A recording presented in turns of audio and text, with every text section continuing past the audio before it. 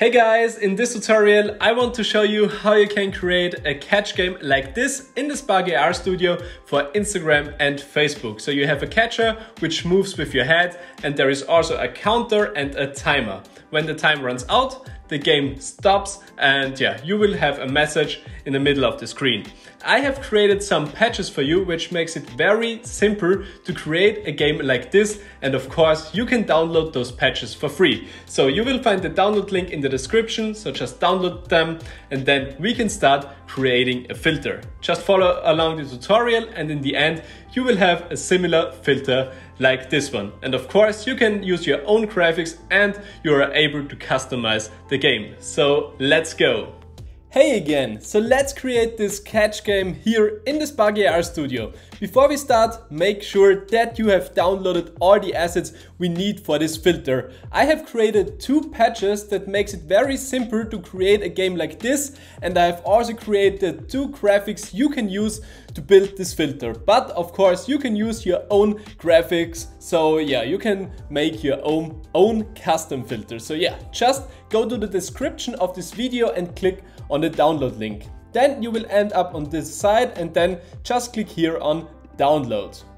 So after the download is done, you can find this file here in your downloads folder, the catch game with timer.zip. So then just go into the folder and then you will find the catcher.png, the gamelogic.arp and the gametimer.arp file and also the object.png file.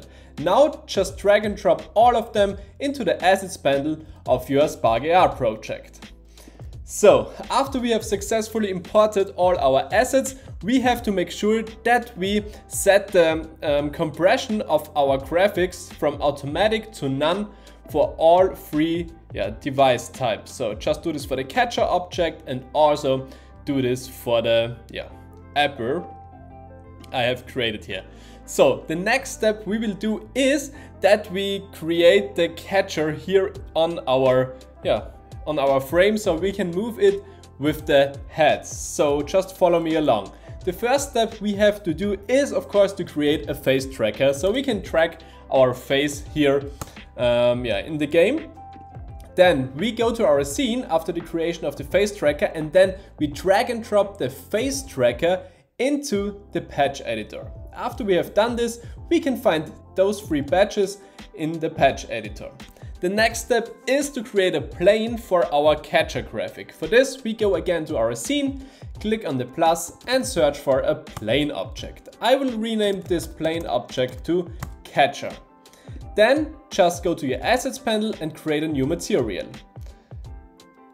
I will also rename this material to catcher. Then just select the material, go to the right hand side and make sure that you set the shader type to flat. Now go down to diffuse and set the texture to the catcher texture.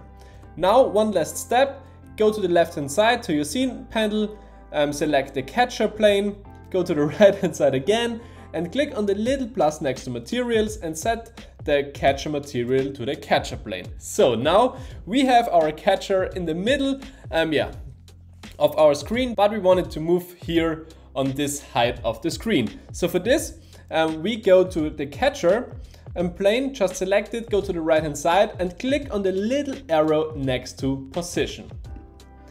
So now we need a few patches. The first patch we need is an unpack patch. Just add one from the add patch here, and then we also need a pack patch. So again, just search for pack. Now we connect the patches as follows. So the 3D position output of the face tracker patch goes into the value input of the unpack. So then the first output of the unpack patch, the X coordinate, goes into the first input of our pack patch, and then the output of the pack patch goes into the 3D position of the catcher position. So after we have done this, we can already move our catcher from left to right. Now we just want it a little bit lower. So for this, we go to our pack patch and then we set the second value to about minus 0.2. 12. So when you want it a little bit lower, you can also set this to minus 0.14. Yeah, just play around so you know what's the best for you. So now we can start creating the falling objects here at the game. So for this we need of course another object in our scene. So go to your scene, and here we will create a new plane. So I will just create a new plane. It's also in the middle of the screen, and I will rename this plane to object 1. Then again create a material for this plane. Just go to assets panel and create a new material. Also will this rename to object 1. Then again select the material, go to the right hand side, set the shader tab to flat, and for the texture choose the object texture.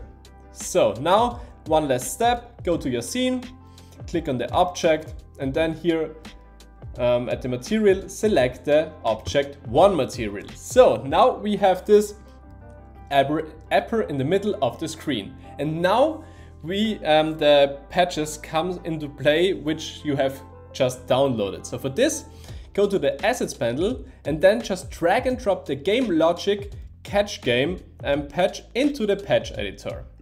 Then you will have this orange patch in your patch editor with a lot of settings. You can do some settings here and make the custom game very custom, but I will show the different settings later. For a simple catch game, the settings are predefined, so you don't need any settings to change. So now we can start. The first thing is that we connect the pack output to our catcher position input of the game logic patch. So after we have done this, we need the position, the scale value, and the visibility value of our object plane. For this, again, we go to the scene panel, click on the object plane, then go to the right hand side, and then we have to extract the visibility to the patch editor. So click on the little arrow next to it. The position, also click on the little arrow, and we also need the scale. So after you have done this, you will find these 3 patches here in your patch editor. And now just connect the output of the game logic patch to them. So the object position goes to the 3D position input, the object scale goes to the 3D scale input, and the visibility goes to the visible input of the object. So now we can already test the game. So just here click on running, and then the game will start and the apple will come falling down, and also it is disappearing when it hits the catcher object. So when I go right or left and I don't catch it in the middle, it will not disappear. As you can see here, it hits the catcher, but those are just settings we can do later, so it is more accurate catching the apples. At the moment the apple is pretty big. To change this, we go to our game logic patch, and here we can find the object scale setting here. And when we set this to 0.8 for example, it is smaller, but I will set it to 0.5, so it has a good size, I think. So then we have here a start delay. We will set this for the first object to 0, so that the first object comes falling down immediately, and the second one has a delay of 1 second. So let's create the second object here in our game. So again, go to your scene panel, click on the plus, and here create a plane object. Now I will rename this to object 2. Then again, we need a material for this object. Just create a new material. I will call this object 2. Again, set the shader type to flat, and the texture to object. Now select the object in the scene, and then set the material to object 2. But of course it is just one object, one texture here, so you could also have selected object 1, but if you want some different objects here, you can create this with different materials. So for this example, I will leave it at object 2. So now again, we need the visibility, the position, and the scale of this object. in our patch editor. So again, select the object 2, then go to the right hand side and click on visibility, position and the scale.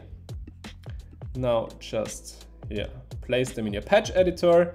And now we need a second game logic patch. So again, go to the assets panel and drag and drop the game logic and patch to your patch editor. Again, we need the catcher position, so the pack patch output goes into the catcher position input of our game logic. And now, again, just connect the object position here. And the scale and also the visibility.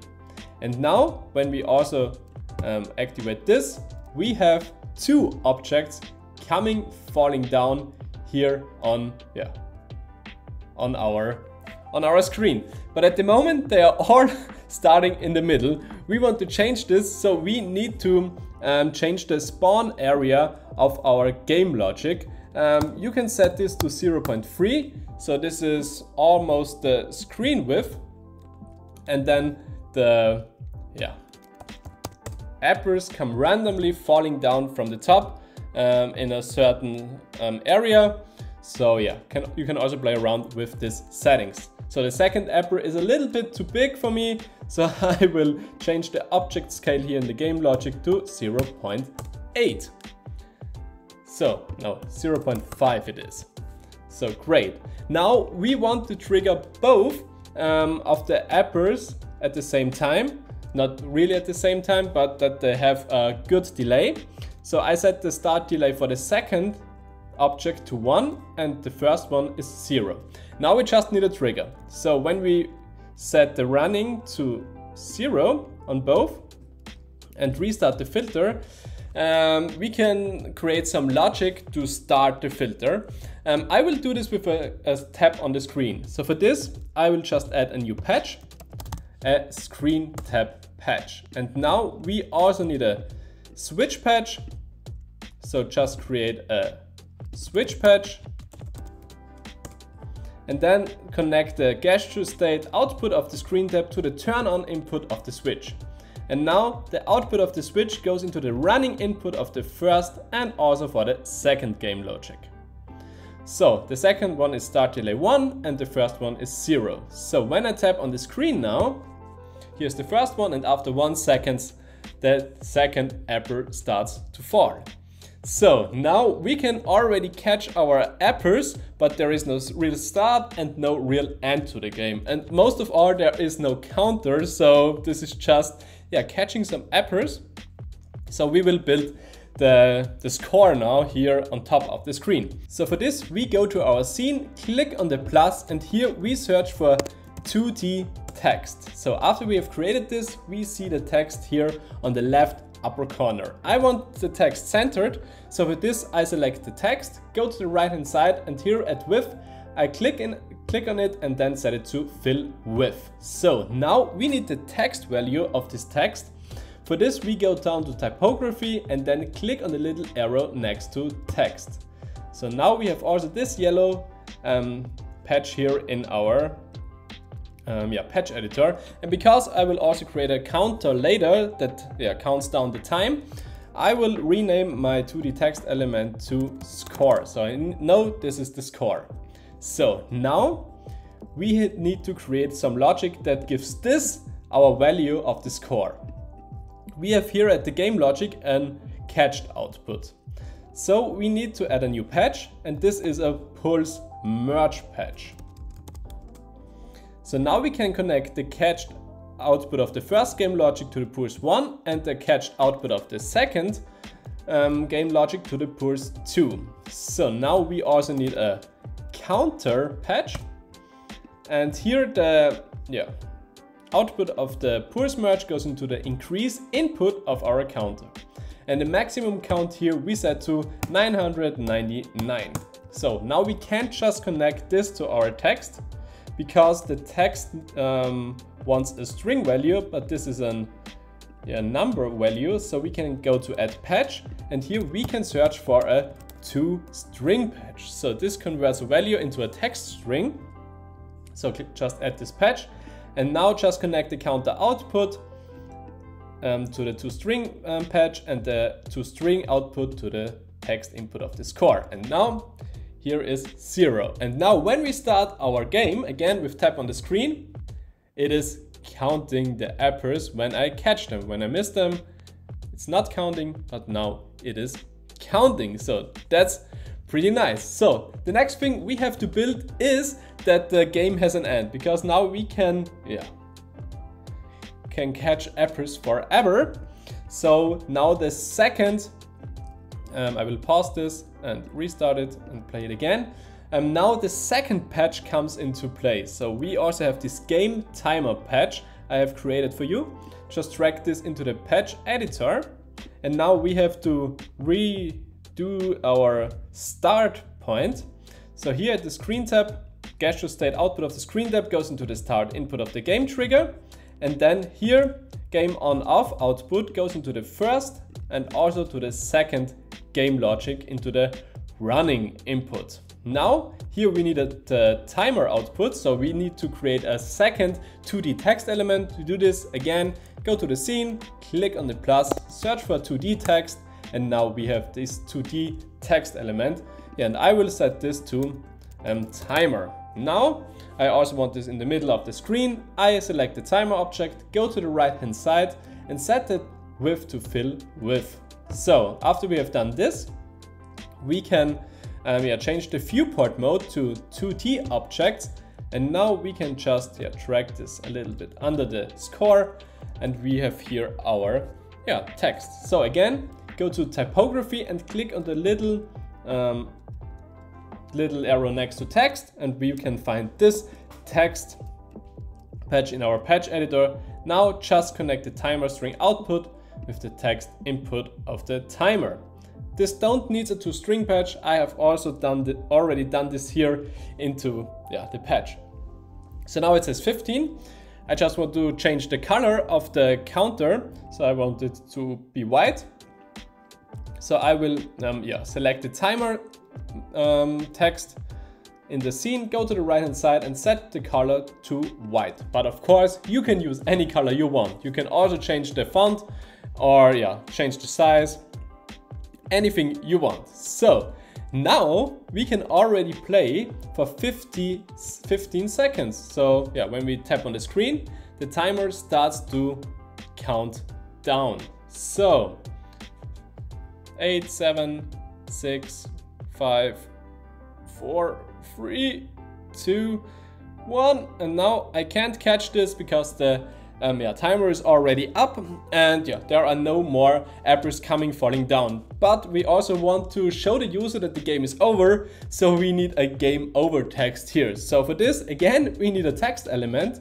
Go to your scene, click on the plus, search for 2D text and insert it. So I will just rename this to game over. Go to the right hand side, and here I will set the color to red. Now we don't have to extract the text value. We can just type here game over. And the moment is in the left upper corner. I also want it to stretch. So just go to the width again and click on fill width. Now just drag it down in the middle of the screen. Now it is shown the whole time, but we want to change this. So go to the visible property of our game over text and click on the yellow arrow next to it, and then just connect the game over output of the game timer to the visible input of the yellow game over patch. So now when we restart our game, now I don't want 15 seconds, I just want 5 seconds, so I can show you this too. Just go to your game timer object and set the game length to about let's say 5 seconds. It's changed to 5, and now when I click on the screen, I can catch apples, and after 3 seconds, it's game over. So that's pretty cool. And that's it. That is how you can build a simple catch game here in the Sparky RStudio. Just download the patches and follow the steps in this video, and you can easily create your own catch game. And of course, you can use different objects. You can also do a frame, you can do a background replacement. So just play around with different techniques. So you can build your own filter. So now I want to show you a few settings at the game logic patch. So the start delay, I think we have done this. So if you want a third one, you can do a third one, of course, and set just the start delay to 2. So it starts after 2 seconds. The spawn area is the area when you set this to 0.1, for example, on both and restart it, now they are just spawning in the middle of the screen and not on the whole width. So I will set the spawn area back to 0.3 so it covers the whole width. So the next thing is the Y start and the Y end value. So at the moment it starts at 0.3, that is above the screen, so it starts outside the screen and then it comes into the screen and ends about here. So when you set the Y start, for example, on 0.2 on both, they will start about here. So when you now restart the game and click on it, so the apples are just starting here and not on the screen. So you can also do this at 0. Now they are starting at the middle of the screen. So 0, click on it, so now they are starting here. The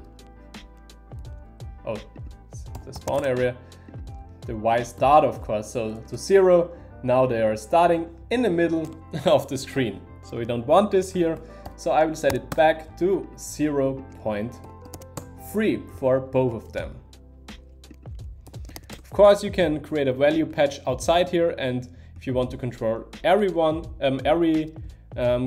patch, you can just connect it to them. So object scale, I think it's also clear. The X tolerance and the Y tolerance is the thing how this catcher and where catches the fruits or the object which are falling down. So when you set the tolerance higher, you have a wider range or wider space where the catch is triggered. So when I set the X tolerance, this is this axis, the Y would be this. We can make sure that when it touches this catcher, it is a catch. So when I set it to, let's say 0.08, that's really high, and restart the filter, and now, this is just for the first fruit. We also need this for the second fruit, so make sure you change this on both. Now we restart, and now it is already catched outside, so the tolerance is really high. So I think I will set the tolerance to 0.06, and when we do the different Y tolerance, let's say 0.1, to show you the difference. And it's it will be catched much above the catcher, the actual catcher. So I will set this down again, so 0.03, and don't forget to do this on both patches. So, and the last value we have here is the speed value, and I think this is clear what it is. The value says how long it takes the object to go from here to here. So at the moment it is at 2. And when we set this to 1, it takes just 1 second for the object to go from the top of the screen to the bottom. So when we restart it and click again, so they are very, very fast, as you can see.